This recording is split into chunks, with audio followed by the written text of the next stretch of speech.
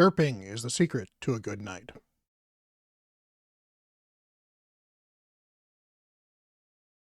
Hello everyone, Bront CatHerder here, back with another Raid Shadow Legends video. We're having fun talking about the Knights Revenants and derping our way through Faction Wars.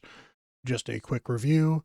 Derping is my methodology for building a team with damage, enhancers, revivers, and protectors.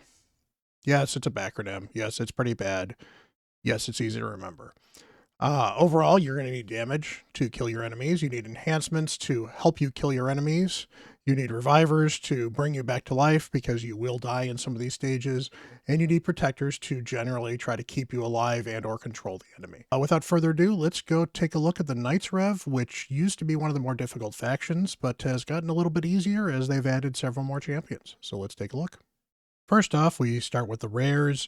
The Knights Rev rares are not great. There's a couple of endgame, well, there's one endgame rare. Renegade is worth calling out. Renegade has a 2-turn cooldown reset that is very powerful, can be used in a lot of endgame speedrun teams for resetting, especially if you do not have like a Yumiko or a Kaimar. Overall, a very good rare to have and to build up. Does not necessarily need to be max level, although sometimes that does help. Renegade can be useful to use in Faction Wars, although it is difficult to use her against the boss just based off of the mechanics of the boss itself. But as far as early game champions you could use her damage, Executioner is not bad for damage. If you actually look on YouTube, you will find a lot of Executioner videos back from when Executioner was one of the best rares in the game.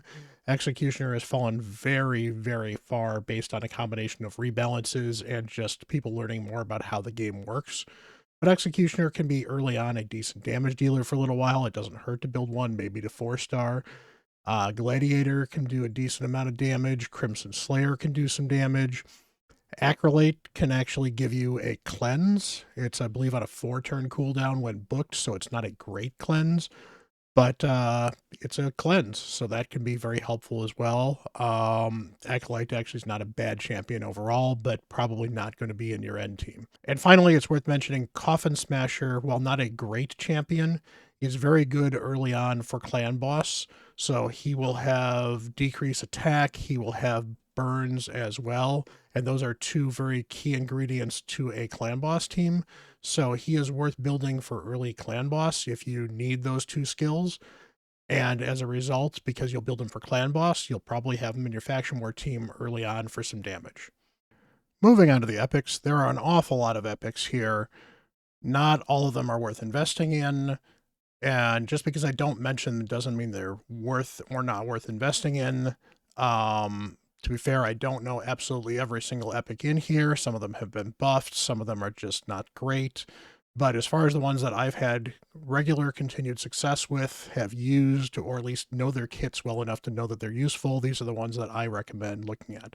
This doesn't mean that some of these won't be useful, and if you find a use for them in Faction Wars, that's kind of the point. Faction Wars is all about finding use for champions that you might not otherwise use because you have a limited selection. First up, we have Miscreated Monster. Miscreated Monster is a decent damage dealer. He also has ally protection. He also has stun, so he can be used as a protector as well as a damage dealer.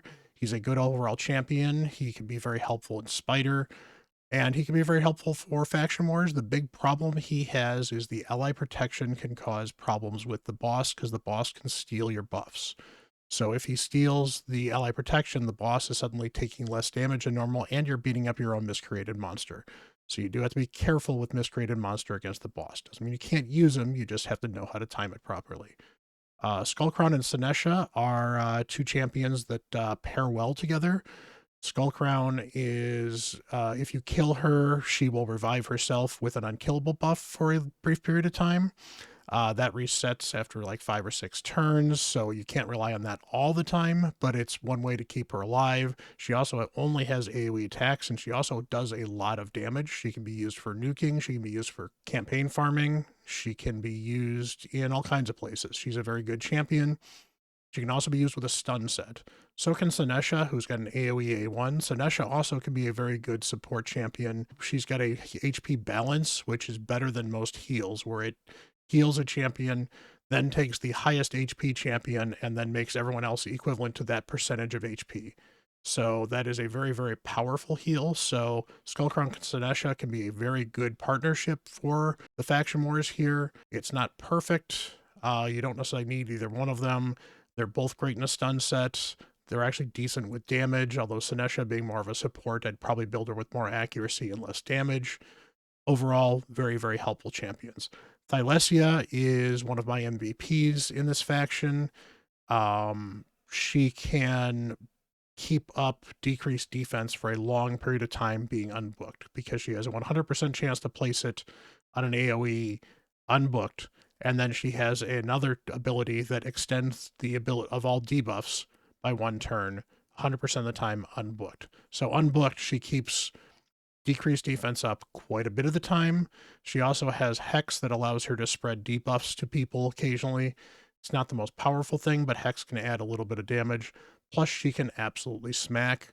Her biggest problem is, unfortunately, Force Affinity is not great against the Valkyrie waves because Valkyries are spirits, so they're strong affinity against Thylesia, and that can be problematic for Thylesia in the final boss stage. But she can do a lot of damage, and she also enables your champions to do a lot of damage, which is why she's an enhancer and a damage dealer. You can build her to do both fairly easily.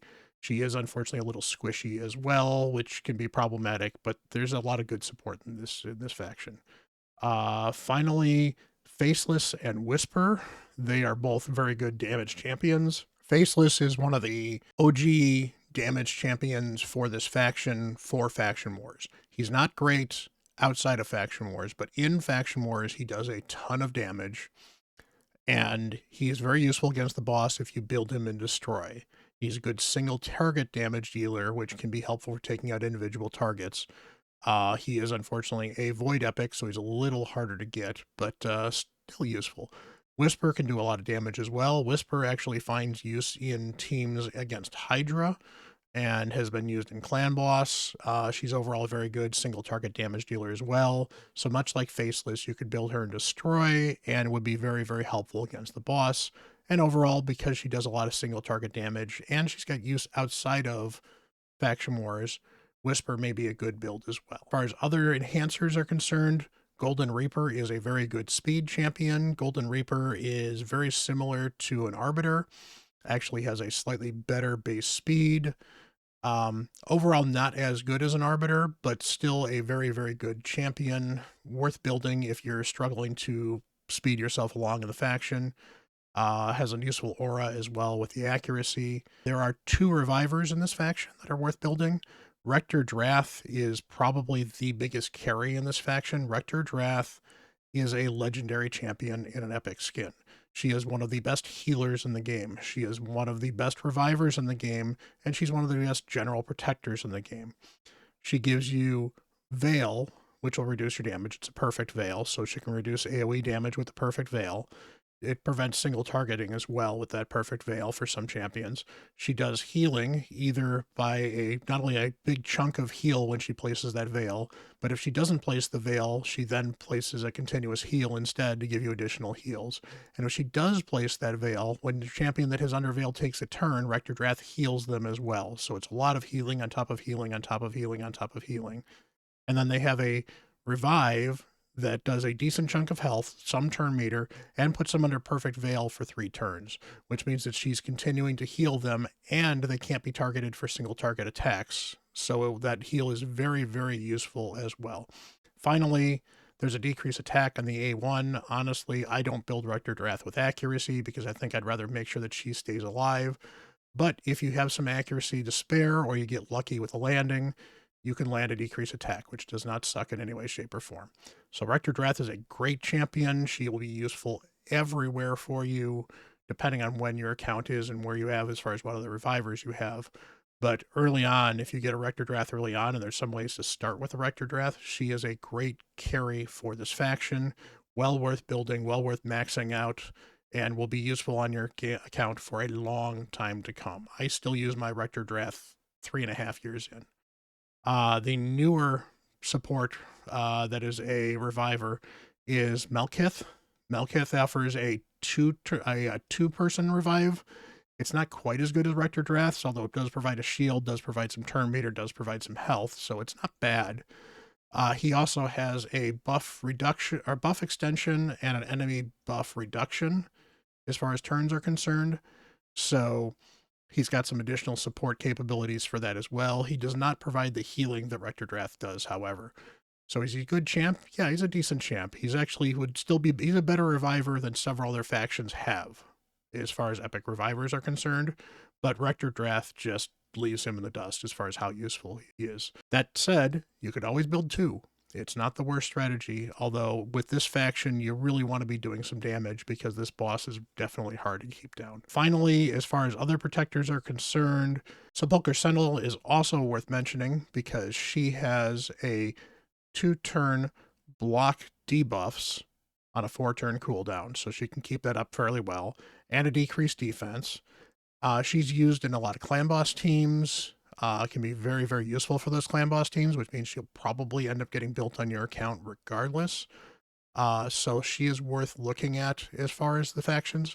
I'm not a huge fan of her in the faction wars just because she really has a very niche use, and debuffs are not the worst thing you're worried about in faction wars.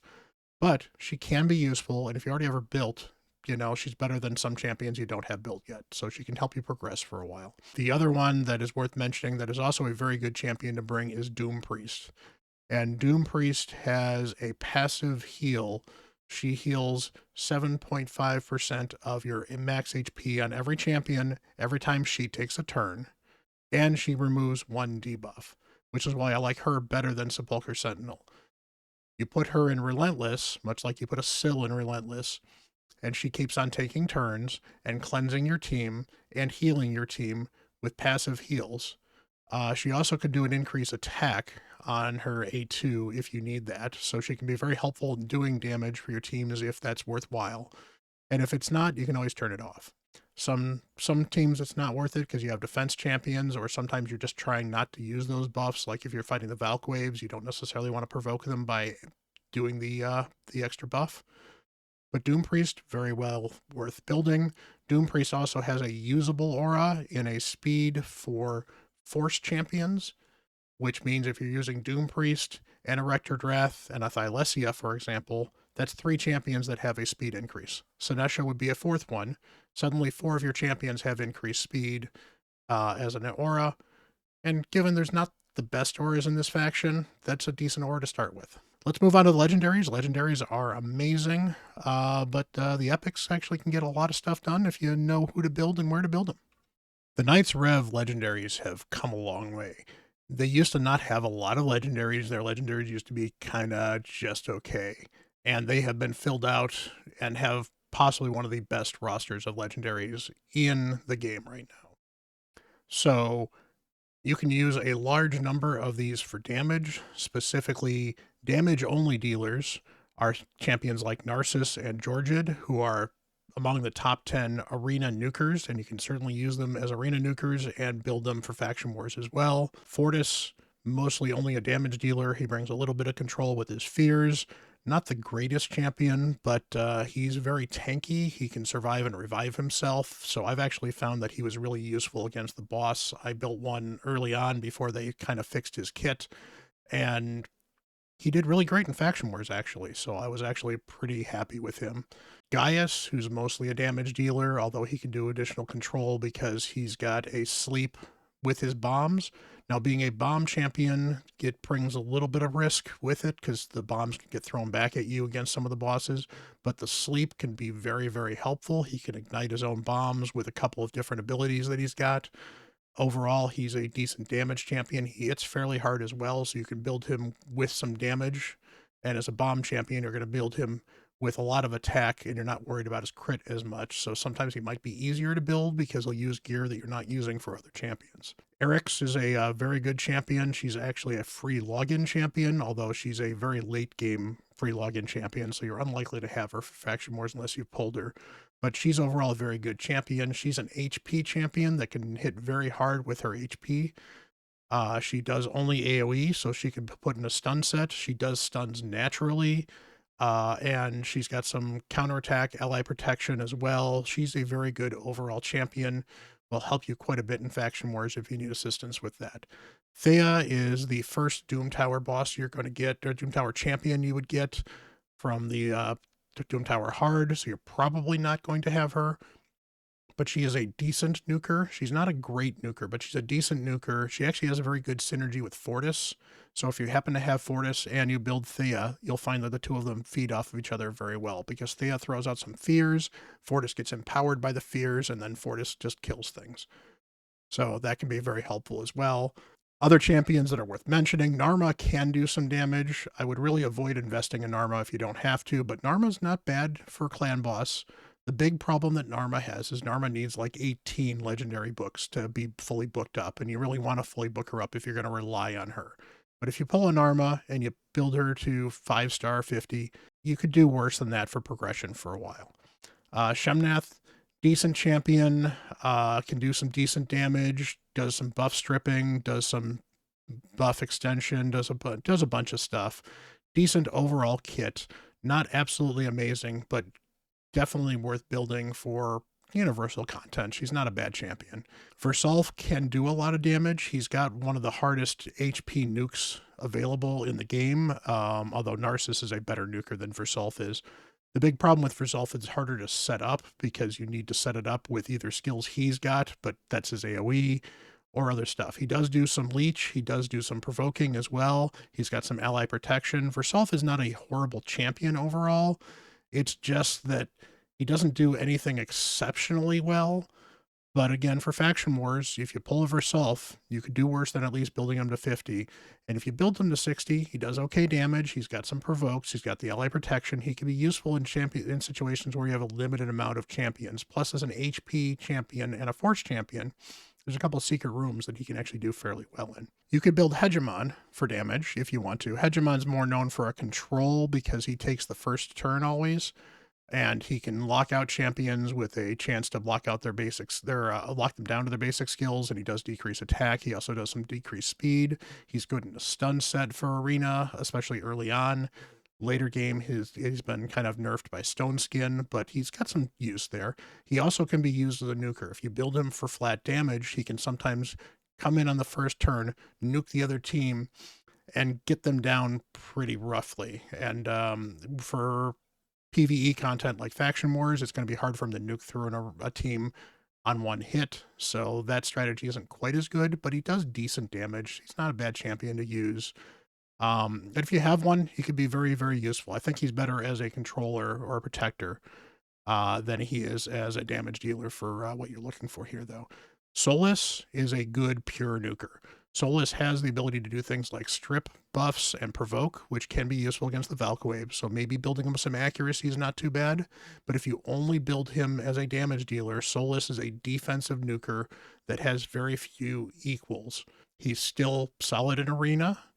He's no longer the best used one in arena as far as defense nukers go, but he's very good. He's still very good. He's also Void, which helps you as far as affinities are concerned.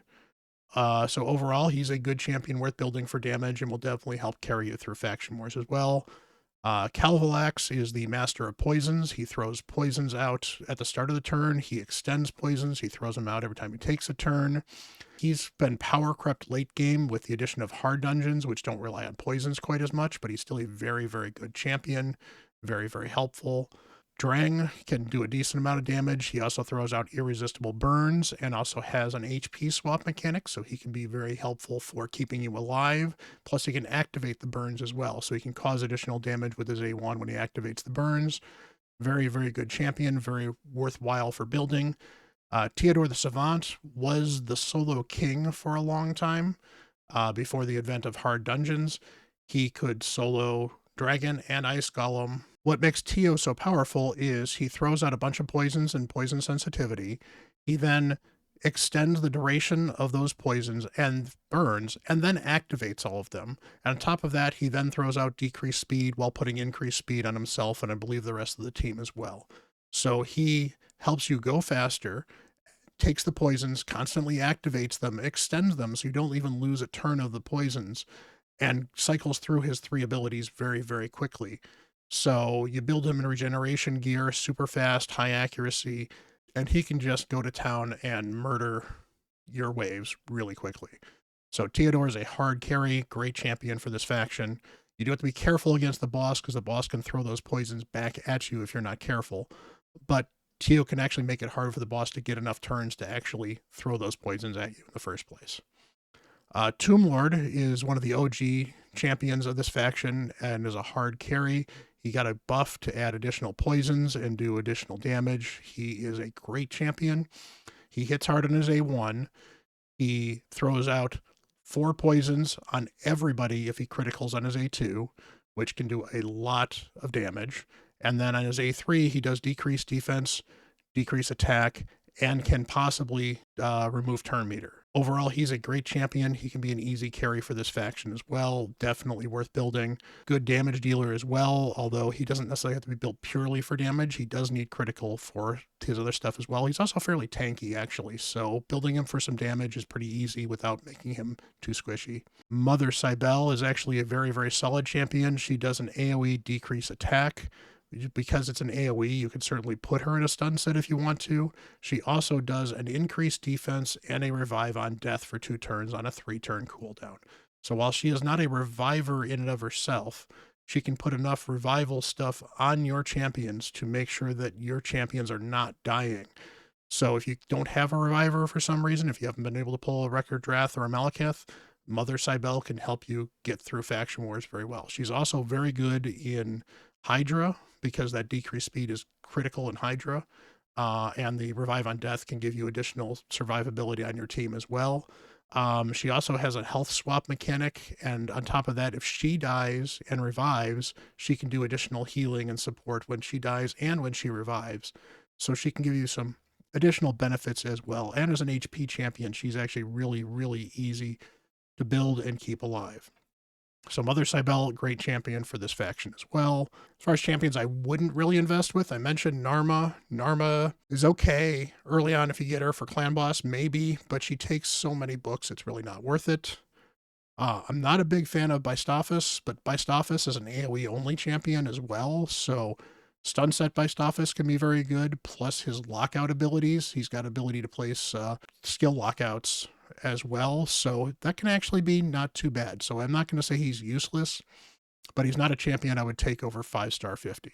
Werlim's never been great, but Werlim, he's hard to use. He does some freezing, he's got some irresistible stuff, he's got some increased accuracy, which can be helpful, but overall his kit just doesn't bring enough to the table to really spend a lot of time investing in. But if you happen to pull one, you build him to 5-star 50 and you drag him along, wouldn't hurt. And Carolon, just not really built for Faction Wars. He's got some okay support stuff. He might be able to do some okay damage. He's got a few support abilities, but not really a champion that screams build this champion for a lot of uses. Finally, I did skip over Ancora, who is actually well worth building. Ancora is a reviver.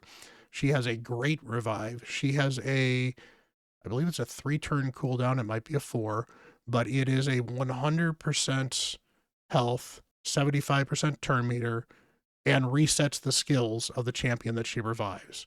And if she revives Narcissus, because she's paired with Narcissus, it becomes a 100%, and she knocks the turn meter down of the enemy by some extent if she's got some accuracy on her. She also puts some really big shields up. She does strengthen as well if Narcissus is on the team, and then her A1 does some skill resets randomly at about a 50% rate.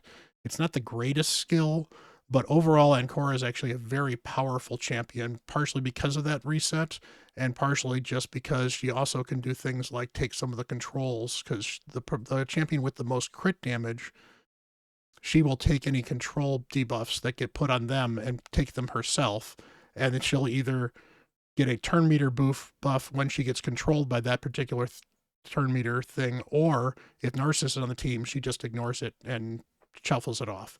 So she's a very, very good support champion, can help keep your team alive, can help revive you as well, can help reset skills. Little random, definitely worth building. And finally, I did not mention Electron Blademaster. He is actually a great champion. He brings an awful lot of protection and support. He brings protected buffs against bosses, brings huge shields, cleansing, block debuffs, lots of useful skills. Unfortunately, he was a limited time champion. So if you don't have him, you cannot pull him because he was part of the Monster Hunter promotion that happened at the beginning of 2024 and is no longer available to be pulled. As I mentioned before, this is the health swap boss. The Mirror, one of the rougher bosses to deal with, in particular with this faction, it can be kind of rough. It's gotten better because there's a lot more damage champions now, and just dealing damage to this champion makes this particular boss, fairly easy. Overall, you've got a chance of fear. You've got the debuff spread that can happen when they do transfer debuffs. You've got the ability to swap the debuffs. So this boss, will swap debuffs and buffs with your team and then spread all those debuffs. So that can be very problematic unless you have protected buffs. There are certain things that cannot be stolen. For example, that's actually one of the reasons Veil is nice. Veil cannot be stolen, and that's just a normal thing, not even something specific to this boss. So Veil can be very helpful. You want to avoid having ally protection up when he steals because that can be very bad. Debuffs, not protected debuffs, but protection from debuffs can be a hard one for him to steal. Do be aware he can do things like steal Revive on Death, which can make this boss very interesting. So overall, that's something you need to be aware of. It helps to time your debuffs well, know what you're doing, be careful about poisons and such like that. This boss also has the ability to swap HP with a target enemy. So what will happen is if he gets down to under 25%, he will then target your highest HP champion and swap HP with them.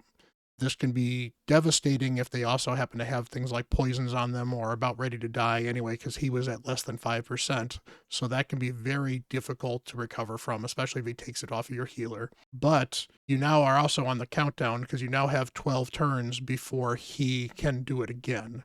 So you need to be able to do enough damage to whittle through the boss.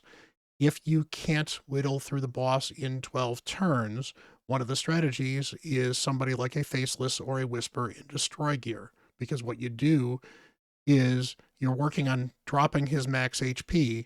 So even if he swaps HP and gets 100% of his HP, his remaining HP may only be 80% of that. So suddenly you only need to do 80% of the damage you did last time to kill him. And eventually it might take 2 rounds of this, but you can get through him.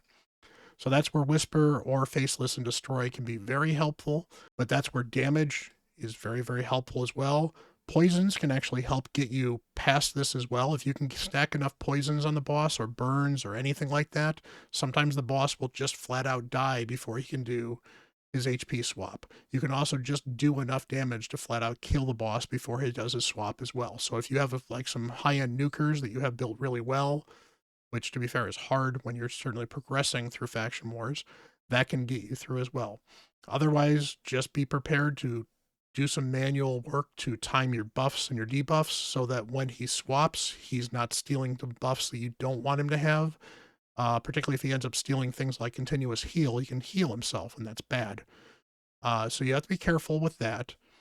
Overall, this is probably the toughest boss to deal with until he becomes easy. And it becomes easy once you get your damage up to a point where you can just kind of roll over the boss. As far as doing this without anyone dying, that's where some of the champion recommendations that I'm going to have in the next slide will be. So let's go take a look. So overall, here's a summary of some of the recommendations. You see there's a lot of champions listed here. There's a lot of legendaries. There's a lot of damage. There's not a lot of enhancement going on in this faction. In fact, really, there's just very few champions that are worth enhancing for. Tomb Lord is a great carry. Thylesia is a great carry, and that's why their two are very, very helpful. Renegade, I listed on here. I did not list any of the other rares because Renegade can provide some of the skill resets that can be very good. You have to be careful with Renegade, though, because when she does the skill reset, she sucks a ton of her HP out. So she can actually kill herself by doing the skill reset, which can be not helpful if you're trying to do this on a 3-star. So, sample team, which I mentioned here, Rector Drath is absolutely amazing. I really, really recommend a Rector Drath. If you don't have a Rector Drath, Malekith will do, but Rector Drath is better in just about every way. Thylesia is a hard carry here. She does so much for you. You don't have to build her for damage. You can just build her for the decreased defense. and she'll be very valuable for that. The decreased defense can be very helpful against the Valkyrie waves because the Valkyries hit really hard with their defense and their shields are defense based. So if you decrease the defense on the Valkyries before they get their shield up, their shield's going to be 60% smaller, which makes them that much easier to kill. Doom Priest is a great champion to support, well worth building into. The ability to remove debuffs is super strong, particularly given the way this boss works and the fact that it can throw debuffs at you pretty quickly. Build this Doom Priest fast in Relentless gear, ideally a little tanky, but doesn't have to be super tanky. You don't even have to put masteries on Doom Priest. It helps, but you don't need to. Doom Priest is a great champion, also very useful in several Doom Towers as well, so none of these champions I'm asking you to build are champions you won't use elsewhere. Then as far as the last two, Sinesha and Skullcrown combination is great. Putting stun on one of them and building the other for damage would be great. You could put stun on both of them, which will make the waves a lot easier. I find Sinesha is it doesn't need accuracy, but she actually has a cooldown lockout, so that can be helpful to put with some accuracy. Skullcrown does not need accuracy either. She can land weaken, I think, on one of her abilities, but it's not worth building for the accuracy. Build her for damage as much as possible. If you can build a damaging stun set on one of the two of them, that would be great. If you had to pick one of them to be a little tankier, Sinesha is the one that probably wants to be tankier because Sinesha has some of the additional healing that can keep your team alive, whereas Skullcrown has some natural ability to keep herself alive. And Skullcrown and Sinesha combined mean that Skullcrown actually gets some additional survivability because if Skullcrown does die when Sinesha is on the team, Skullcrown will revive herself automatically, and that's after the unkillable part. And those both have resets cooldowns as well. So they can be very helpful. So Sinesha and Skullcrown could be a very good pair. Otherwise, a miscreated monster and then a faceless or whisper and destroy can be very, very helpful as well. There's different options for that as well. And obviously, if you have legendaries, you're going to swap some of your legendaries in there and they will help you probably a lot better than these epics will. But these are all epics that are capable of helping you get past the boss on floor 21. So Knights Rev is one of the factions I did not actually grab my completion screenshot from. Shame on me. But this was the team I ran through. As you can see, the team power is not particularly high, and it took me 34 minutes to get through on manual. Now, I don't know if this was 34 minutes of me clicking everything. I probably had a few other things going on, so I probably was not actively clicking constantly, so I probably could have done this a little bit faster. But I spent a lot of time getting through this one. This was almost my first faction that I beat, and I was just this short. I was just about 5% on the boss short of being able to beat this one with a team very similar to this, and I basically had to rebuild a couple of champions to get this to work, and I ended up finishing Dark Elves before I finished Knight Revs. But this was back in the day when Knights Revs was usually the last one that people finished because Knights Rev was one of the hardest. Rector Drath helped a ton. I had her early on. I think I had her in double immortal and speed gear, around 230 or 240 speed. Thylesia was built for damage. Doom Priest was built fairly fast in Relentless gear. Miscreated was built in a general build that had some damage and some accuracy. And Skullcrown, I think I tried building her in stun and found I needed the damage over the stun. So I built her in pure damage. And that was what put me over the top because I just wasn't quite doing enough damage. Honestly, I probably should have built her in Destroy. I just didn't have a lot of really good Destroy at the time. Destroy would have helped me quite a bit if I built her in Destroy instead. But this is the team, as you can see, is very similar to the one I recommend.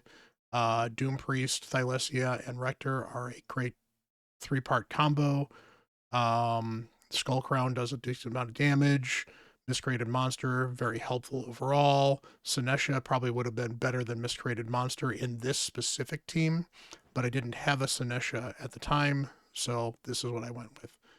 But hopefully that gives you some ideas on how to get through Knights Rev. As I said, Knights Rev has gotten easier because there are just better champions, including some legendaries you can get. So nowadays, Knights Rev is one of my fastest factions, and I've got several legendaries that just kind of wipe through it pretty easily. And hopefully you can get there too. But hopefully this helps you through Faction Wars. I appreciate you spending some time with me. I'm Bront CatHerder.